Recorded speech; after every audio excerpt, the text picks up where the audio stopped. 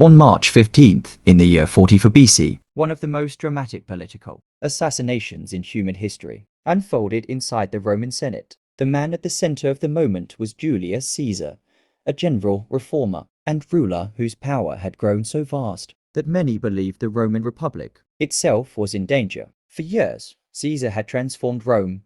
His military campaigns expanded Roman territory across Europe, and his victory in a brutal civil war made him the most powerful man in the Roman world. In early 44 BC, the Senate declared him dictator for life. For his supporters, this meant stability after years of chaos. For his critics, it signaled the death of the Republic. The Roman Republic had always been built on a system designed to prevent one man from holding absolute authority. Senators feared that Caesar intended to crown himself king, a title Romans deeply associated with tyranny. Rumors circulated that the Republic's centuries-old balance of power was about to collapse. A group of senators began to organize a conspiracy. Among them were men who had once been close allies of Caesar. Their justification was not personal revenge, but the belief that removing him was necessary to save Rome's political system. On the morning of March 15th, known in the Roman calendar as the Ides of March, Caesar arrived at the Senate meeting held in the Theatre of Pompey. Waiting inside were more than 60 conspirators. As Caesar took his seat, the group surrounded him. One senator stepped forward with a petition, drawing his attention. Moments later, the attack began. Daggers were drawn, and Caesar was stabbed repeatedly by members of the Senate itself. Ancient historians wrote that he was struck 23 times.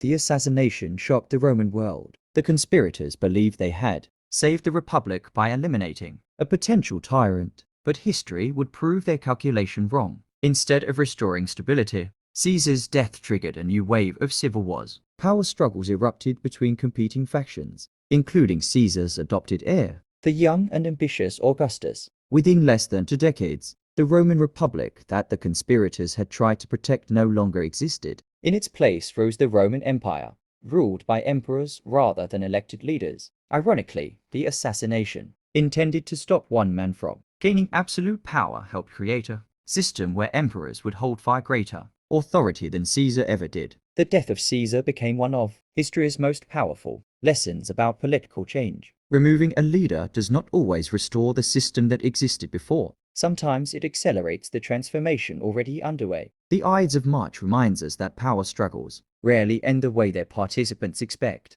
Decisions made in moments of fear can reshape institutions for generations. Why do we learn history every day? Because moments like the assassination of Caesar show how attempts to control power can unintentionally create entirely new systems. Understanding those turning points helps the present generation recognize how fragile political structures can be and helps future generations protect them more wisely. History is not old. History is living inside us. One day, one event, one lesson. Mr. Fidi.